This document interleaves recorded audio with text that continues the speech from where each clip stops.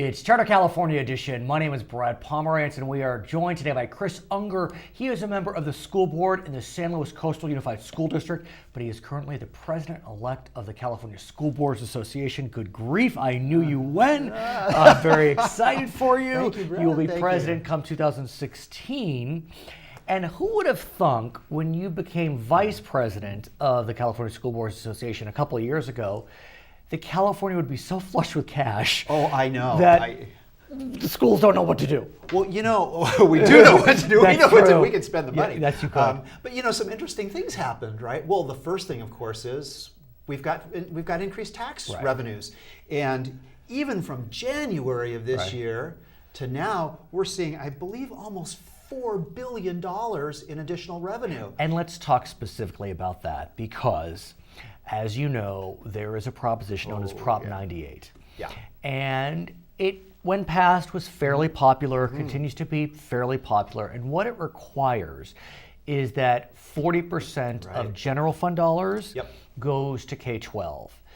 Now, on the one hand, it sounds defensible, but on the other hand, there are other interests, let's say the other 60%, who's saying, well, wait a second. I mean, there's all this largesse, you know, should we rethink Prop 98? Or should we try to divert that money and somehow have it fall out of Prop 98? Well, I think it's fair to say, first of all, the schools would say that during the recession, we lost so much money that we're only now getting back to that place we were in 2007, 2008. I have a question. So during the Great Recession, the schools were being forced to accept loans or accept that money was going to be loaned from their coffers. Right. Well, have those loans been paid back? They're getting there. They're pretty much there. Okay. So what happened was there were deferrals. Deferrals is the word. Exactly. And so the money that was owed, you're right, it was pretty much like a loan, so it's owed back to the schools. So a couple of things happened. First of all, again, there are tremendous tax receipts, and you know, we could talk about that at some point. But the second thing is Prop 30. Prop 30 really helped schools. In fact, one of the figures that I think is pretty cool is we've gone from 49th to, according to some places, 29th in per pupil spending. Now, it doesn't take into account cost of living, of course, which is expensive in California, but that is, first of all, again, tax receipts, and then secondly, the extra revenue we've gotten from Prop 30, which expires. That's another starts question. Expiring in 2016. So schools are worried about what's going to happen when Prop 30 expires. At least part of Prop 30 expires.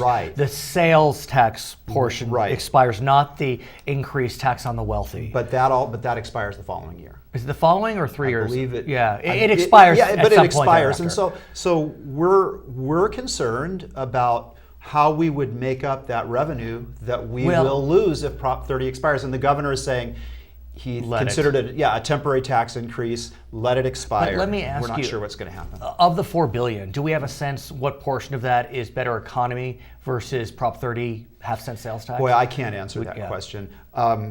I know that we're excited about the $4 billion, and it will help the general fund. Now, yes, that money a lot of that money is supposed to go to Prop 98. You know, Prop 98 is a constitutional amendment, and so changing it would be very difficult. But there are ways, I think it's fair to say, that the money's going into it can be manipulated. Well, would the CSBA support that in the greater interest of the greater good for the great state of California? Support a redo of Prop 98? No, just allowing accounting mechanisms to move forward that would arguably take money out. No. But let me ask that. We do believe that Prop 98 is pretty specific about money going to schools. We think that schools, I mean, obviously I'm a booster for schools, and we think it's important that schools are well funded. But let me ask you, because look, we know that Prop 98 requires that 40% figure for K-12, but your friends in community college, your friends in CSU and UC, there are a lot of fights about this. They have not been fully restored to 2007, 2008 levels, not even close. I think K-12 is either close or there. And so obviously you can't get to community college or higher ed without good K-12. But should we be looking at these questions? I think community colleges are doing better.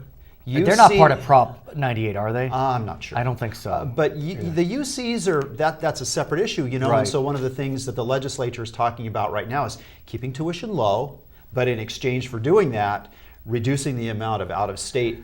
So it is a difficult thing. Now the other thing that we know, their healthcare, senior care, child care, those are all important things too, and we know that. Again, our belief though is that we should be providing an excellent education for kids, and frankly, a good education does relate to how much money is available. I want to ask about that excellent education. There was a plan passed with the support of, I think, 48 governors, which was known as Common Core. Sure. It was grown not from the federal government, but from 48 governors getting together. Common Core is now in place, although I think only 43 states are now signed on, and some are looking at about pulling out. I am active on Twitter at Pomerance, by the way, and I noticed a sponsored tweet from presidential candidate Mike Huckabee, a former Republican governor of Arkansas, who basically said, kill Common Core. Right. So Common Core seems to be pretty darn controversial. I don't know so much in California as in other parts of the country. What are you hearing about Common Core, Well, sir? yeah, I do believe it's controversial in other parts of the country, and let's talk about California first. California is moving ahead with Common Core. One of the things, if we talk about money, that we'd like to see some of that extra money go for is the implementation of Common Core, because it requires professional development. But the governor did give, I think, over $1 billion initially. Last year. Right. Last year, $1 billion and a quarter, 2.5, right. which is great. I mean, we believe that's a good use of one-time money. In other parts of the country, I think in more conservative states, it is being used politically. I think it is, and I think it has to do with politics. I really, when I think about Common Core, first of all, what Common Core talks about is what do we expect kids to be able to know so that they can be successful in college and the world of work? Because one of the biggest complaints we had, Brad, was we're graduating kids that aren't ready to work. So the Common Core came out of the Governors Association, but it had input from universities, colleges, and the world of work too. Is it a national takeover of education? No, absolutely not. The Common Core is simply a structure that says we believe these are things that are important for kids to know in order to be college and career ready. What that does in California, for example, is then we take that and we actually create the standards and the curriculum, the more specifics. Now, we've always had pretty rigorous curriculum here in California. I'm having a hard time understanding the problem with making sure that kids are college and career ready. And the states still will be able to make their own curriculum. Now, I think one of the issues, the concerns people have, one of the things I'm hearing is it's about the standardized testing again. But is there a standardized test for all Common Core states? No, there are basically two standardized tests that states are giving. One is the Smarter Balanced, which is what California is giving, and the second is called the PARC, which is what other states are giving. Now they're both, I'm not sure about the PARC, but of course we've talked about the Smarter Balanced computerized test. It's an adapted test, all that sort of thing. But I think some of the concerns are people are there are worries about what's going to happen with those results. And frankly, I think there are some states that should be worried about can we compare California to Louisiana or Mississippi or Indiana or Ohio, some of those places that have said we're not doing Common Core. His name is Chris Ungar. He is the president-elect of the California School Boards Association. My name is Brad Pomerance. It's Charter California Edition.